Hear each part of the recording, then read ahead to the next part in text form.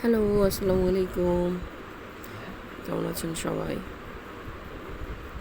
আমরা ভালো আছি। আজকে নতুন কোনো ভিডিও করা হয় নাই। এটা বেশ কয়েকদিন আগের ভিডিও, এডিট করা হয় নাই। তো আজকে অন্য ভিডিও করার সময় পাই নাই, একটু কাজ আছে, বাইরে যেতে হবে।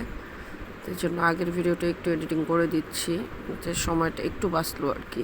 যাই হোক, তো রান্না করেছিলাম হচ্ছে ডাল দিয়ে টমেটো আর খলসে মাছের মরিচ খোলা না, এটাকে আমরা বলি মরিচ মাখা, যেখানে শুধু মরিচ দিয়েই হয়, আদার্স কোনো মশলা হয় না, বা মাছকে ওইভাবে পানি দিয়ে আর মশলা কষানোর দরকার হয় না।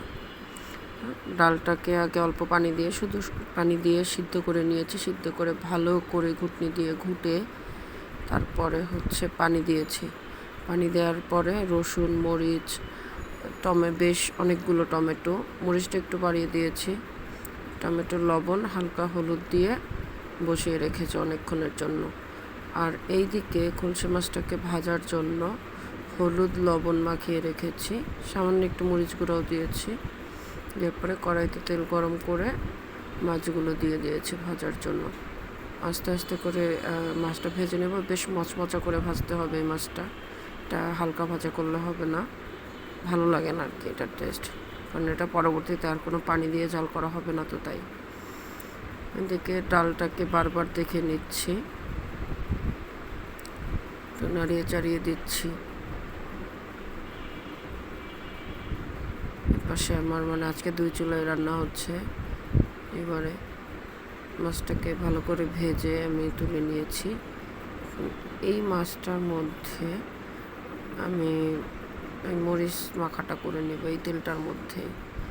তেলের মধ্যে সামান্য, একদমই অল্প পরিমাণ সামান্য সামান্য পেঁয়াজ আর রসুন বাটা দিয়েছি।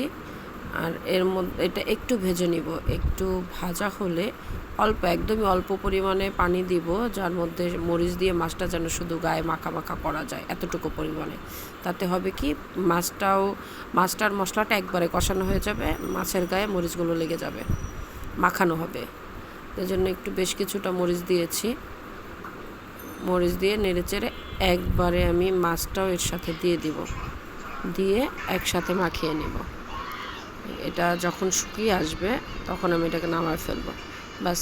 এর মধ্যে এক্সট্রা লবণ দিতে হয় না, প্রয়োজন হয় না, কারণ মাছের সাথেই লবণ ছিল, আমি দিয়ে দিয়েছিলাম, এতে আর এক্সট্রা লবণ দেওয়ার প্রয়োজন হয় না। তারপরে যদি কারো প্রয়োজন হয় মশলাটার মধ্যে একটু দিয়ে দিবেন, সামান্য একটু দিয়ে দিবেন। এরপরে মাছটা আমার এদিকে হয়ে গেল কথা বলতে বলতে। তো মাছটা তুলে নিব, তুলে নেওয়ার পরে ডালের ফোড়নটা দিব। এই জন্য আমি এই প্যানটাকে একটু ধুয়ে নিয়েছি, ধুয়ে নিয়ে ওইদিকে আবার টমেটোটাকে ভালো করে ঘুটনি দিয়ে একদম ঘুটায় নিচ্ছি, ঘুটায় নরম করে একদম কালায় ফেলছি। এদিকে মাছটা তুলে নিয়ে আমি এই প্যানটা ধুয়ে তারপরে তার মধ্যে একে একে করে বাগার দিয়ে দিব। একটু ধুয়ে নিয়ে আসি, এই যে। এরপরে এর মধ্যে একটু তেল দিয়ে দিব, তেল দিয়ে একটু আঁচটা কমিয়ে দিয়েছি, কারণ যেগুলো দিব কালো জিরা টিরা এগুলোতে হচ্ছে পুড়ে যেতে পারে তাপ বেশি হলে। একটু কালো জিরা আগে দিলাম, কালো জিরাটা ভেজে তার মধ্যে রসুন, আজকে রসুনটা এইভাবেই কেটেছি, পেঁয়াজটা একটু গোল গোল করে কেটেছি, পেঁয়াজ একদমই সামান্য, কারণ রসুনের ফোড়নটা দিলে এটার স্মেলটা ভালো আসে। তো এই তো, এরপরে ডালের মধ্যে দিয়ে 2-1টা বলক দিয়ে নিব, বলক দেওয়া হয়ে গেলে আমার ডাল রেডি। তো ভালো থাকবেন সবাই, কেমন লাগলো জানাবেন।